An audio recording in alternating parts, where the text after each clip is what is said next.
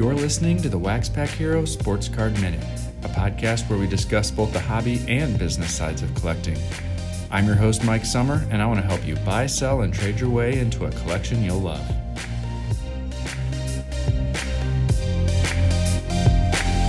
Hello, everybody, and welcome to another episode of the WaxPackHero Sports Card Minute. Wherever you are at listening to this, I hope you are safe and healthy.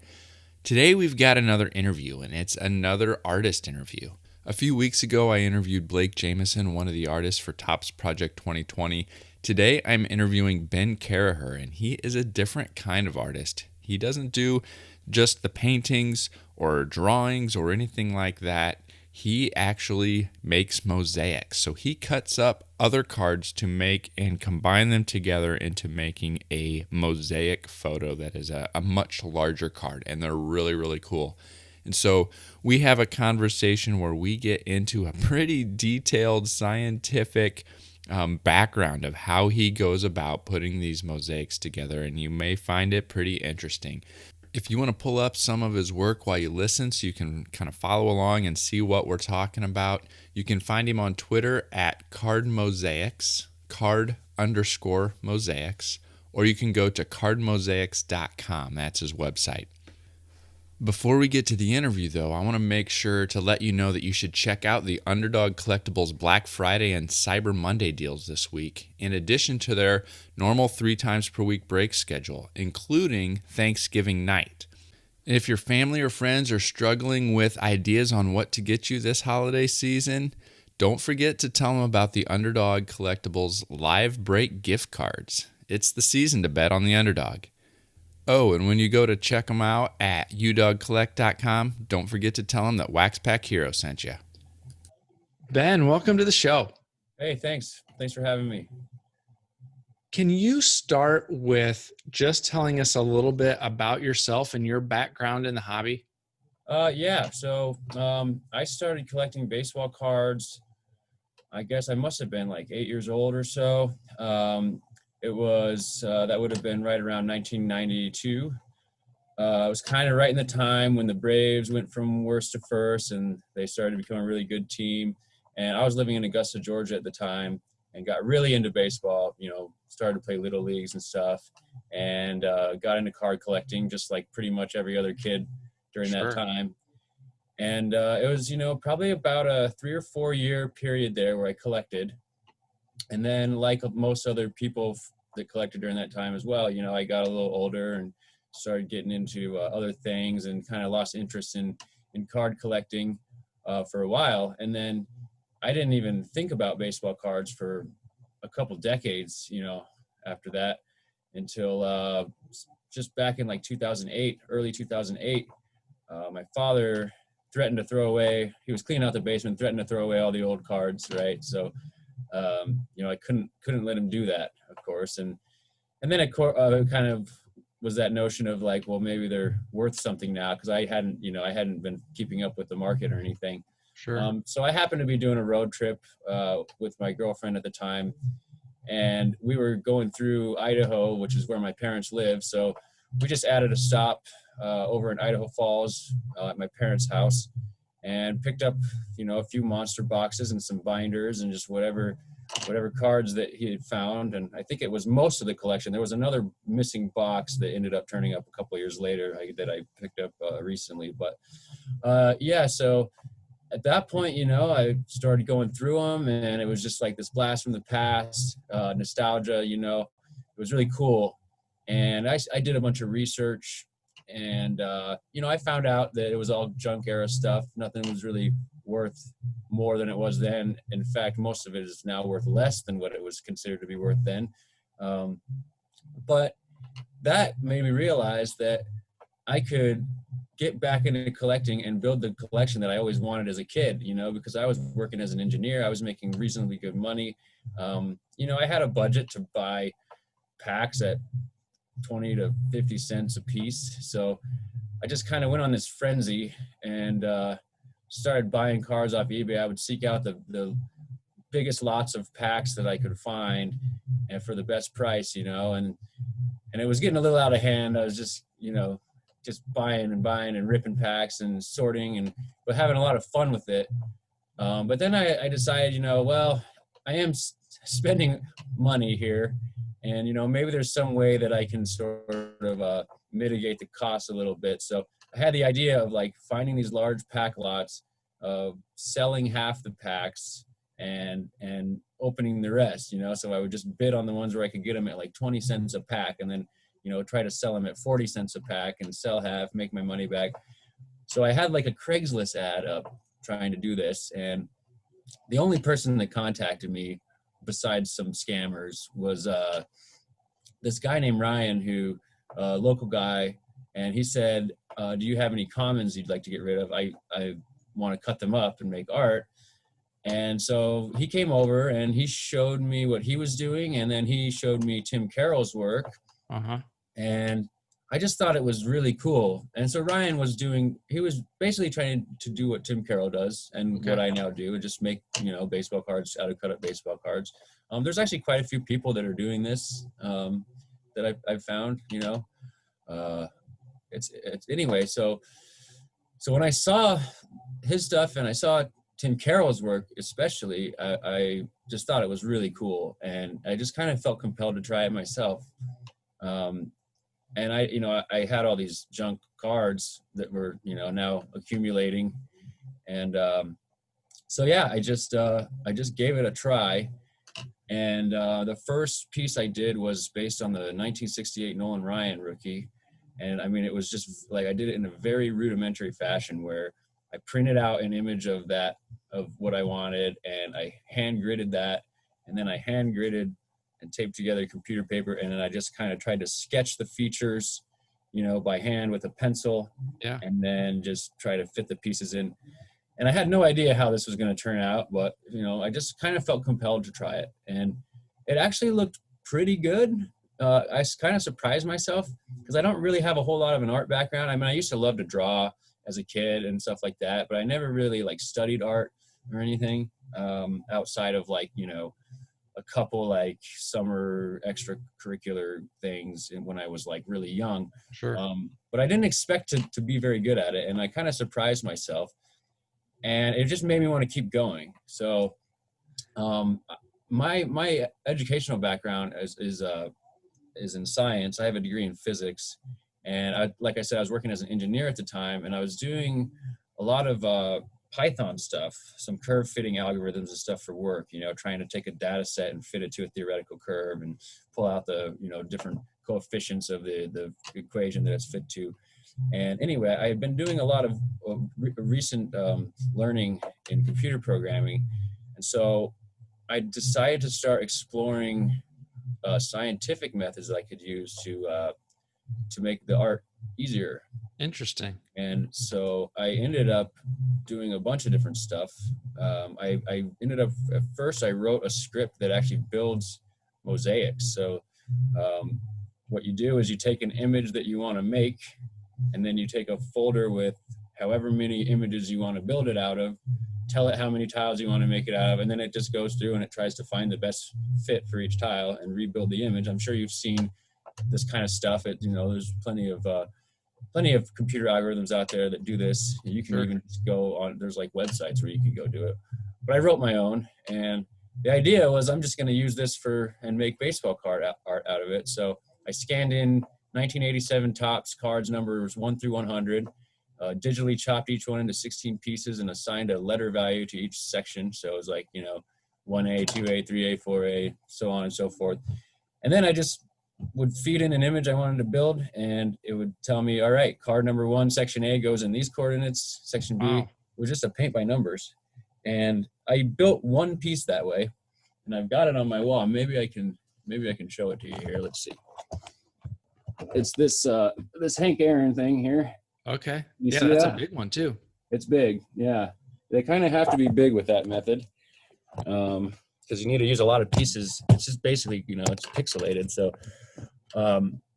but, I kind of realized that wasn't a very artistic approach. It was purely science. It was cool for sure. Yeah, I like how it kind of combines both science and art together Yeah. and using a methodology that is definitely unique. Yeah. But I didn't like the fact that I didn't really have to do anything artistically. Like it was basically just this code is just telling me where to put each section of each piece. I'm not using any color matching with my eyes or anything like that. Um, I'm not using really any artistic ability in that method. So I kind of abandoned it. I did use it for a couple other things. There was a Todd Gurley piece I did, and it had this really blurred background. And I scanned in Topps traded football sets, and I built the background out of the tiles, and that actually turned out to look pretty cool. But I pretty much just abandoned that technique and ended up moving on to a different technique. And so what I do now is I take an image, I sample, say, 8 to 10 colors from it, just the ones that seem to show up the most, and then I rebuild it out of only those colors. So Okay. I end up with it with, like a baseball card now image, but it's only built out of like 10 discrete RGB values. Okay. And then my code goes in and it finds the boundaries between where it changes from one to the other. And it ends up just outlining all the regions that are the same color. So then theoretically, if I rebuild this thing out of those 8 colors, it'll look like what I've done here and what I've built, with my code. And if that looks good, then theoretically, if I just use these 8 colors and build it, it'll look good. And Cool. It just gives me nice little outlines where I can know that, like, okay, this is his eyebrow. It catches the features very well. And I use that to build these templates that I have. And then, of course, if there's gradients, color gradients or shading that, it's not going to perfectly tell me how to do everything. So I have to use a fair amount of artistic integrity myself to get those, to kind of get in between the lines where the code doesn't quite capture everything. And I also have to do my best to match the colors and stuff and find the right cards. Yeah, that's cool. Like I had first stumbled across you, soon after probably I had seen Tim's art, and both of you having that mosaic style, really kind of stood out to me and appealed to me and interested me on what you're doing. And then, man, this year it seems like the idea of sports art in general has just taken off between Yeah. the increasing popularity of the type of work that you guys are doing, as well as the Project 2020 and some of those other artists and what they did with art. It seems like 2020 has been a year where sports art in general has just gone through the roof. Have you noticed that as Yes, well, as far as your definitely. own work? Yeah, well, I mean, I see it, I'm active on Twitter and stuff, and then I see that, like, there's just more and more people doing it, and I think that's really awesome. I think, with Project 2020, I think had a lot to do with that. The idea that, you can make, artists can make their own baseball cards. And then, with the stuff I've been doing, and I've had a lot of people reach out to me and ask me questions, and they're trying to do it as well. And I always try to help people as much as I can and just tell them how I do it. And I've even built templates for a couple people. And then there's some other guys that have kind of emerged, like Jason Schwartz, who I think is Heavy J on Twitter. Okay. He started doing these custom cards in a really cool style that has inspired a bunch of other people to start doing kind of more of that sort of style of stuff. It's really cool to see. There's all these guys doing sketch cards. I mean, it's cool to see how it's blown up and how all these new artists are emerging and all the card art that's happening. I was curious on how you, what your background was. And it's fascinating that you don't have really necessarily an artistic background, more of that science engineering background. You started doing this. I assume that when you started it, it was for fun.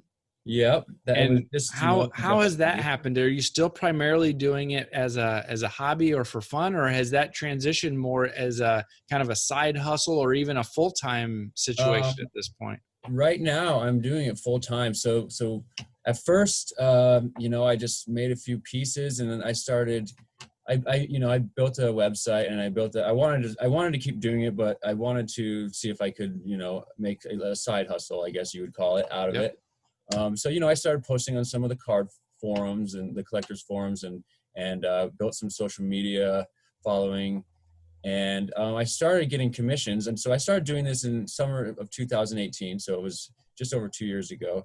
And then in 2019, I think I started getting my first commissions. And then it seemed like just about every time it seemed like I would finish one, I would get interest and usually end up getting another one. And I started getting, a few in the queue, and I really enjoyed it. I wasn't incredibly happy at my previous job.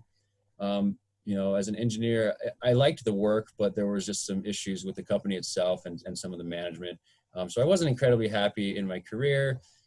And I decided, I wanted to pursue this. So rather than to just full out quit my job, I think it was May of 2019, I talked to my supervisor and I said, I think I want to work part-time.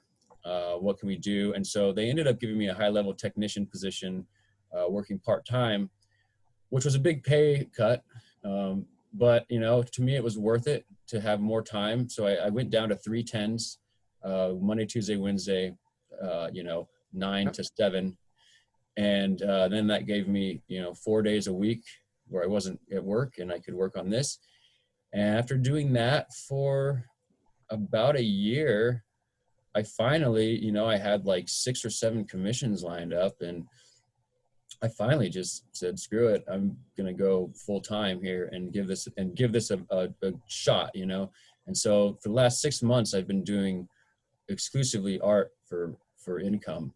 Okay. And, it's tough. It's tough to set your own schedule. It's tough to not have health benefits and things like that. I just have to pay for my own health insurance now, which is, right. Which sucks. And there's not a lot of security to it. It's kind of like I'm relying on people commissioning pieces and stuff and selling the art. So it's definitely been an interesting venture. And, but so far, I've managed to stay afloat, and I've managed to keep doing it, and we'll see what happens. I'm not convinced yet that this is the long-term career goal, but right now I'm having fun with it, and the freedom is nice. But I've been considering seeking out a technical job again, and then just bringing this back to a hobby or a side gig. And because when it becomes work, it's a little more stressful for sure. Yep.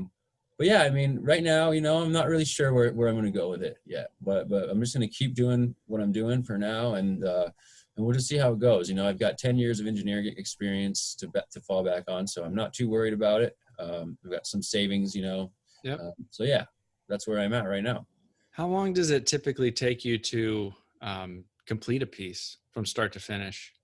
It takes a lot of time. It takes a lot of time. It depends on what the piece is, but most baseball cards made out of baseball cards on average can be expected to take about 100 hours of work. Okay. From start to finish. So, yeah, it's a big commitment. It takes a lot of time, a lot of effort. I've got to sort through a lot of baseball cards, and it's just I have to cut up thousands of cards typically, Where do you source the cards that you use to cut up? I have various places I get them from. I've gotten some very large quantities of cards off of some of the collectors forums. Okay. I bought I don't know, 60,000 87 tops at one point off of some guy, just tons of flat rate boxes full. Yep. And I've got them all under my art table here. But also, if I need something specific, I'll reach out on Twitter. And most of the time, somebody can come up with something for me, which is really cool. eBay is another place, if I need something specific. And there's been a lot of people that have just offered to give me cards on Twitter, which is really cool. I've had people send me just a flat rate box full of, 80s random, whatever brands, just 80s cards, commons. So I've got just all sorts. I probably own 200,000 baseball cards. That you use as source material. All that are dedicated to the art. Of course, when I go through these, and some of them are unopened packs and stuff, I always find ones that I don't want to cut up. So I also have a massive collection of cards that they're just like I couldn't bring myself to cut. Yeah, and so it's a cool way to mix the hobby of collecting with something that I can actually earn some money with and that I enjoy doing. And it's really rewarding to create art, I've found. Do you do any kind of pre-sorting based on color? Like here's all of my beiges or my browns or my blues or I've the thought greens about for that, but as it turns out, I'm just not that organized. okay. But I do have, like, I know where a lot of different brands and sets are. And with baseball cards, I'm really familiar now with what colors are on what cards. Yeah. So I know, like, okay, if I need green, depending on the green, it could be, 1991 Bowman, or maybe, 1982 Topps has green, or like the stadium clubs have green. And I know where to find the colors. Yep. I know that 87 Don Russ has this yellowish color on the back. I know that here's 1990 Don Russ has got this orange, Yep. but then 89 Don Russ has a different orange, and Sure. this is 87. They're all a little different, but yeah, I'm pretty familiar now with what colors. You've got like these 89 scores have a bunch of different colors depending on what part of the set is in. So all the higher number sets here are one of the ones I'm using right now for what I'm working on. Yeah, like upper deck is good for these like pure white stat areas. And then you got like upper deck checklists for this kind of beige. I mean, I know a lot now about what has what on it. Yeah. So if I can just figure out where I put that stuff in my massive mess of cards, then I know what I need at least. What's been your most challenging piece to put together? Hands down, it was the Kobe Bryant rookie that I did. Okay. I'm not sure if you saw that one, but I did a Kobe rookie card, Topps rookie, out of basketball cards, and there were a number of reasons that one was so difficult. First of all, it's basketball cards, and I had very little familiarity with that, and I didn't own very many, so I had to just seek out. I had to buy quite a few boxes of basketball cards, and they were all just random stuff. I didn't really like. It wasn't like, oh, I know for this color on his jersey that I need this set. I didn't know what I needed, so I had to figure that out. But not only that, it's just the image on that card is so complex. You've got Kobe, his entire body. It's an action shot, but he's got a defender and a teammate in the picture behind him. Yeah. There's a crowd, which is just incredibly complex in the background. And then there's like, I think it was like a 1996. There's that like basketball that like smudges across the bottom. Yep. And has this weird gradient. It was just, I really underestimated it. And, I was thinking, yeah, I could probably build this in 100 hours. And I think it took more like 150 to build that one. And I mean, that was like, it was getting to the point where I'm like, I don't think I'm ever going to finish this thing. Like, I've been working on it forever, and I'm like only maybe halfway done. It was tough. It was a tough piece. And so, every time every time I build a piece, I face some kind of challenge that I'm not really expecting. That one, I faced several challenges I wasn't expecting, but it's always a learning experience. So, next time someone asks me to quote something like that, I'm going to quote it a little higher. Yeah, I bet. So the majority of what you do right now, you said, is on commission. Do you also have an inventory of work that you've already completed that's just actively for sale? Yep, I do. And I have a website where you can find all that stuff. But yeah, I have like a Nolan Ryan. I don't know if you can. Yep. It's behind me there. That one's made out of all Nolan Ryan cards. Okay. This Cal Ripken here, I don't know, the lighting's probably bad there, but I have a Cal Ripken made from all Cal Ripken cards. I have that Hank Aaron that I built with the science algorithm. I'm not selling that one. I'm going to keep it. Yep. But I've got, like a Broncos logo that I built, made out of Broncos cards. I've got a handful of things. Also, I have prints. I have tons of prints for sale. So yeah, it's not all commissions. I did a custom art card set out of 8 of the pieces I built over the last year and a half. I limited it to 50 sets. I think I'm down to about 12 or 15 left. Yeah, so there, I do have some other products for sale. Where can people find those? So my website is www.sportscardmosaics.com. And if you search my name, Ben Caraher, you'll find it. If you follow me on social media, I have links to it there. And there's just a shop there where if you have PayPal, you can purchase directly from the website. And so that's where you would look for that stuff. That's awesome. And I will make sure that I link to both the site as well as your social media handles and all of that type of stuff in the show notes of the episode, just so people can make sure to track you down. Anything else that you've got going on right now that you want to make sure people are aware of? I don't think so, really. I mean, I have been doing some digital stuff. I designed a big Efren Reyes banner a picture of Efren made out of pool balls for a local bar. I mean, I don't think there's really anything else though I'm exploring some other options, but I think we pretty much covered like what I really like the root of my of what I do, and I really focus mostly on this cutting up cards. So. Yeah, very cool. And I think that's one of the things that I like most about the whole mosaic concept is that you're taking one medium that we all love and turning it into an even bigger display of a way to celebrate those cards. And it's turning one piece of art into an even bigger piece of art. And personally, I think that's really cool. So that's one of the reasons I wanted to have you on the show is just to talk about that kind of unique take on art. So thank you so much for joining me. Yeah, thanks for having me. I appreciate it.